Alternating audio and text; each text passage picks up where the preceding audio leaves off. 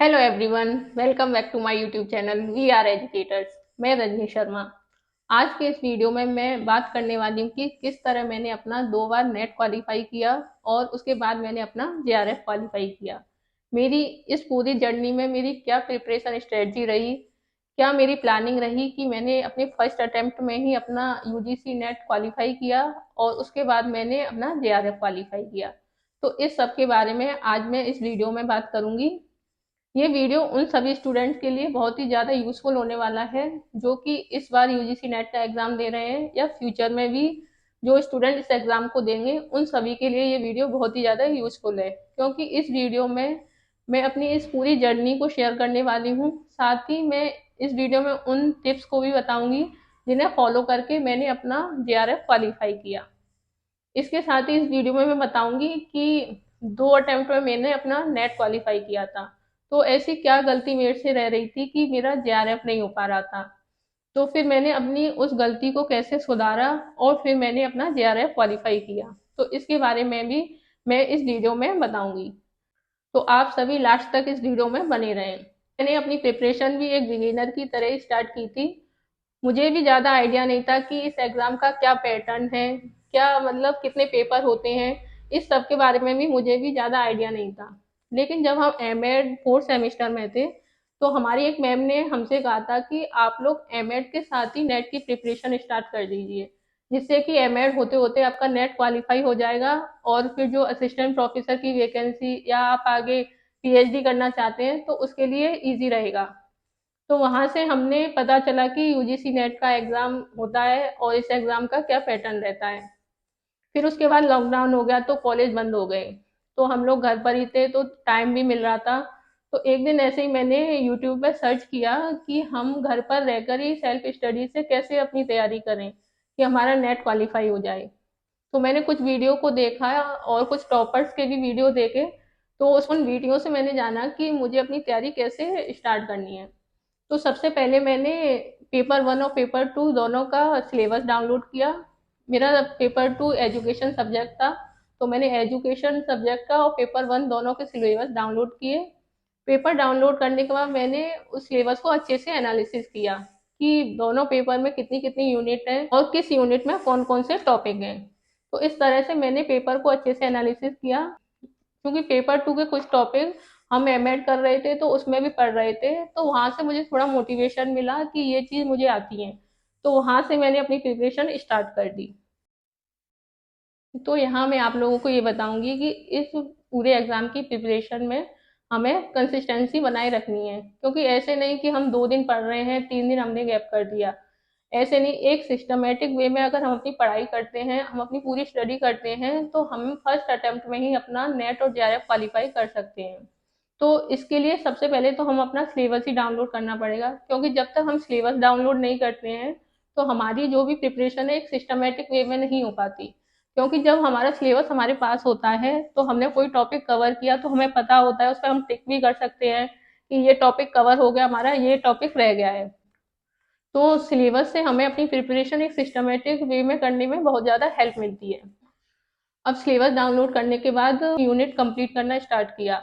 जिस भी टॉपिक को मैं करती उसके साथ ही मैंने अपने नोट्स भी बनाए थे। मेरे नोट्स इतने शॉर्ट भी नहीं थे कि सब लोग बोलते हैं शॉर्ट नोट्स कीवर्ड्स लिख दीजिए। मेरे इतने शॉर्ट भी नहीं थे और इतने लेंथी भी नहीं थे कि मैं रिवीजन नहीं कर पाऊँ या जितना पूरा है बुक का पूरा लिखते जा रही हूँ। मेरे नोट्स इतने सफिशिएंट थे कि एक बार अपना टॉपिक पढ़ने के बाद मैंने दोबारा किसी बुक को नहीं पढ़ा। मैंने अपने जो नोट्स थे उन्हीं को मल्टीपल टाइम रिवीजन किया। इससे एक तो नोट्स बनाने से ये फायदा हुआ कि मेरा टाइम बहुत बच गया, क्योंकि अगर मैं बार बार बुक्स को देखती या जो भी ऑनलाइन रिसोर्स से मैंने अपने नोट्स बनाए थे उनको बार बार देखती तो उसमें बहुत टाइम वेस्ट होता। एक तो मेरा टाइम बच गया, दूसरा मैं मल्टीपल टाइम रिवीजन कर पाई। मैंने रिवीजन इतना किया था कि मुझे इतना भी पता चल गया था कि इस पेज पर मैंने इस टॉपिक को लिखा हुआ है। तो मैंने बहुत ही ज़्यादा रिवीजन किया है, मल्टीपल टाइम रिवीजन किया है।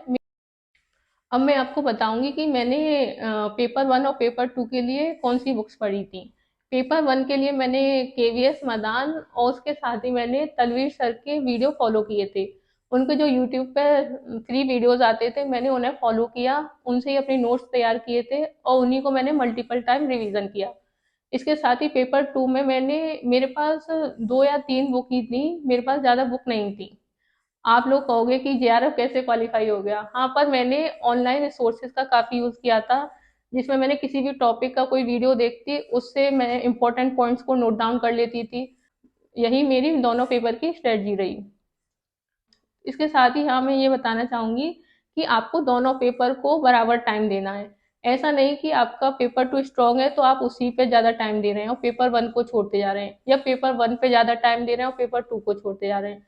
तो आपको दोनों पेपर्स को साथ लेके चलना है। मैं मॉर्निंग में पेपर 1 तैयार करती थी और इवनिंग में पेपर 2।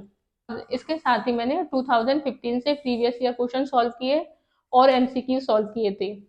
इस पूरी जर्नी में मुझे 2-3 साल हो गए थे, तो ऐसा नहीं कि मैं पूरे टाइम मोटिवेट ही रही, मैं डिमोटिवेट नहीं हुई थी। जब मेरा फर्स्ट अटेम्प्ट में नेट हुआ और मैंने सेकंड अटेम्प्ट लिया था, तो मेरा कुछ मार्क्स से ही जेआरएफ रह गया था। तो उस टाइम पे मैंने बहुत ज़्यादा स्टडी की थी, बहुत सारे एमसीक्यूज सॉल्व किए थे, प्रीवियस ईयर क्वेश्चन सॉल्व किए थे, रिवीजन भी काफ़ी किया था, लेकिन फिर भी मेरा जेआरएफ नहीं हो पाया था। तो मुझे बहुत बुरा लगा था, लेकिन उस टाइम पे मेरे हस्बैंड ने मुझे बहुत सपोर्ट किया था।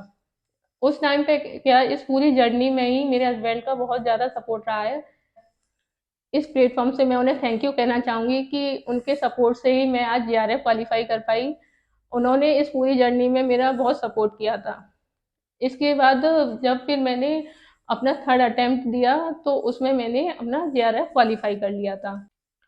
अब मैं आपको बताऊंगी मेरे से ऐसी कौन सी गलती हो रही थी कि दोनों बार मेरा नेट क्वालिफाई हुआ लेकिन जेआरएफ नहीं हो पाया था। जबकि तैयारी मैंने काफ़ी अच्छी की थी, प्रीवियस ईयर क्वेश्चंस भी सॉल्व किए थे, मैंने एमसीक्यू भी लगाए थे, रिवीजन भी काफ़ी किया था, लेकिन फिर भी मेरा जेआरएफ नहीं हो पा रहा था। तो वो मेरी गलती थी पेपर अटेम्प्ट करने की। हम एग्ज़ाम हॉल में टाइम मैनेजमेंट नहीं कर पाते हैं। जब मैंने अपना फर्स्ट अटेम्प्ट दिया था, उस टाइम मेरा नेट क्वालिफाई हुआ था, लेकिन वहाँ मैंने टाइम मैनेजमेंट नहीं कर पाई थी। उस टाइम पे मेरे 8 से 10 क्वेश्चन छूट ही गए थे। तो वो टाइम मैनेजमेंट की वजह से था, क्योंकि जब हम एग्ज़ाम हॉल में होते हैं तो एक तो काफ़ी नर्वस हो जाते हैं और हम टाइम मैनेजमेंट नहीं कर पाते। तो मोस्टली सभी कैंडिडेट के साथ ऐसे ही होता है कि टाइम मैनेजमेंट की वजह से या तो उनका नेट नहीं हो पाता है या जेआरएफ रुक जाता है। और अपने थर्ड अटेम्प्ट में मैंने अपनी इस गलती को सुधारा और अपने पेपर अटेम्प्ट करने का तरीका भी चेंज किया। मैंने सबसे पहले दोनों पेपर के कॉम्प्रिहेंशन सॉल्व किए, क्योंकि कॉम्प्रिहेंशन के मार्क्स ऐसे होते हैं फ्री के मार्क्स। अगर हम उस पैसेज को एक बार अच्छे से पढ़ लेते हैं तो उसके क्वेश्चंस गलत होने के चांसेस बहुत कम होते हैं। मेरे टोटल 15 क्वेश्चंस में से 14 क्वेश्चन ठीक थे कॉम्प्रिहेंशन से। तो मुझे लगता है यही मेरे जेआरएफ के लिए काफ़ी यूज़फुल रही। इसके साथ ही मैंने पहले अपना पेपर 2 अटेम्प्ट किया, उसके बाद पेपर 1 अटेम्प्ट किया था। मैं आप सभी कैंडिडेट से भी यही कहना चाहूँगी कि आपका जो भी पेपर स्ट्रॉन्ग है, वो पेपर 1 भी हो सकता है और आपका अपने सब्जेक्ट का पेपर 2 भी। जो सब्जेक्ट आपका स्ट्रॉन्ग है, आप उसे पहले अटेम्प्ट कीजिए। हम यही गलती कर देते हैं कि पहले हम पेपर 1 से ही स्टार्ट कर देते हैं और स्टार्टिंग में कुछ क्वेश्चन अगर ऐसे आ गए जो हमें नहीं आते, तो वहीं से हम डिमोटिवेट होना स्टार्ट कर देते हैं और फिर पैनिक होना शुरू हो जाता है। इस सब के में एक तो हम टाइम मैनेजमेंट फिर हमारा गड़बड़ हो जाता है और कुछ क्वेश्चन हमारे छूट ही जाते हैं। तो इसीलिए मैं आप सब लोगों से कहना चाहूँगी कि आप उसी पेपर को पहले अटेम्प्ट करें जो आपका स्ट्रॉन्ग है। तो इस तरह मैंने पहले पेपर 2 सॉल्व किया, जो मेरा सब्जेक्ट एजुकेशन सब्जेक्ट था। उसके बाद मैंने पेपर 1 सॉल्व किया। तो पेपर अटेम्प्ट करने के इस तरीके से मैंने दोनों पेपर अपने टाइम से कंप्लीट कर लिए। तो यही मोस्ट इम्पॉर्टेंट बात है कि हमें टाइम मैनेजमेंट करना बहुत ज़्यादा ज़रूरी है। टाइम मैनेजमेंट की कमी के कारण ही हम अपने नेट और जेआरएफ से चूक जाते हैं।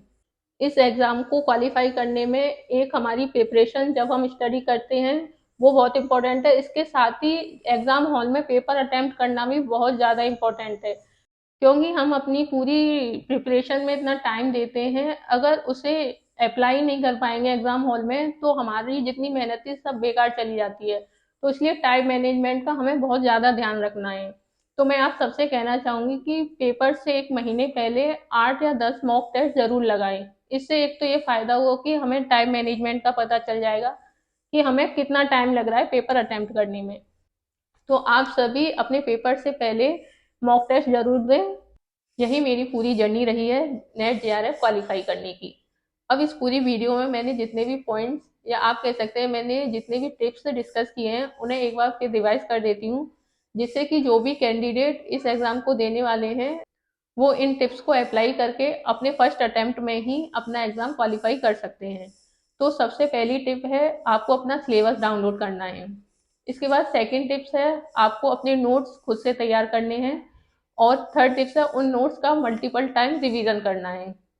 और फोर्थ और इम्पोर्टेंट टिप्स है कि प्रीवियस ईयर क्वेश्चंस आपको बिल्कुल भी नहीं छोड़ने हैं, उन्हें आपको सॉल्व करना ही करना है। और सबसे लास्ट और इम्पोर्टेंट पॉइंट है अपने आप पे भरोसा रखना। जब तक हम अपने आप पे भरोसा नहीं रखेंगे, जब तक नेट एग्जाम तो क्या लाइफ का कोई भी एग्जाम हम क्वालिफाई नहीं कर सकते। इसलिए अपने आप पे भरोसा रखना बहुत ज़रूरी है। इसके साथ ही हम जिस भी रिसोर्स से तैयारी कर रहे हैं, चाहे सेल्फ स्टडी कर रहे हैं या फिर किसी कोचिंग से तैयारी कर रहे हैं, तो उस रिसोर्स पे भी भरोसा रखना बहुत ज़्यादा ज़रूरी है। क्योंकि अगर हमें उस पर भरोसा नहीं होगा तो हम इधर उधर भटकेंगे, जिससे हमारा टाइम वेस्ट होगा। इसलिए जहाँ से भी तैयारी कर रहे हैं पूरे भरोसे के साथ तैयारी करें और अपना 100% दें। तो आप सभी स्टूडेंट को मेरा ऑल द बेस्ट जो कि इस एग्ज़ाम को देने वाले हैं। तो आप जिन टिप्स को मैंने फॉलो किया है उन टिप्स को आप भी फॉलो करके अपना एग्ज़ाम फर्स्ट अटेम्प्ट में ही क्वालिफाई कर सकते हैं। अगर आपको मेरी ये वीडियो हेल्पफुल लगी है तो आप कमेंट सेक्शन में जाके मुझे ज़रूर बताएं। इसके साथ ही अगर आपका कोई क्वेश्चन है तो उसे भी कमेंट सेक्शन में जाके आप मुझसे पूछ सकते हैं, मैं उसका जवाब देने की पूरी कोशिश करूँगी। अगर आपको मेरी ये वीडियो अच्छी लगी है तो इसे लाइक करें, ज़्यादा से ज़्यादा शेयर करें, जिससे कि ये वीडियो हर उस स्टूडेंट के पास पहुंच सके जो कि यूजीसी नेट एग्ज़ाम की तैयारी कर रहा है। और मेरे चैनल को सब्सक्राइब करें। तो आज की वीडियो में इतना ही, मिलते हैं एक नई वीडियो में। तब तक के लिए धन्यवाद, थैंक यू।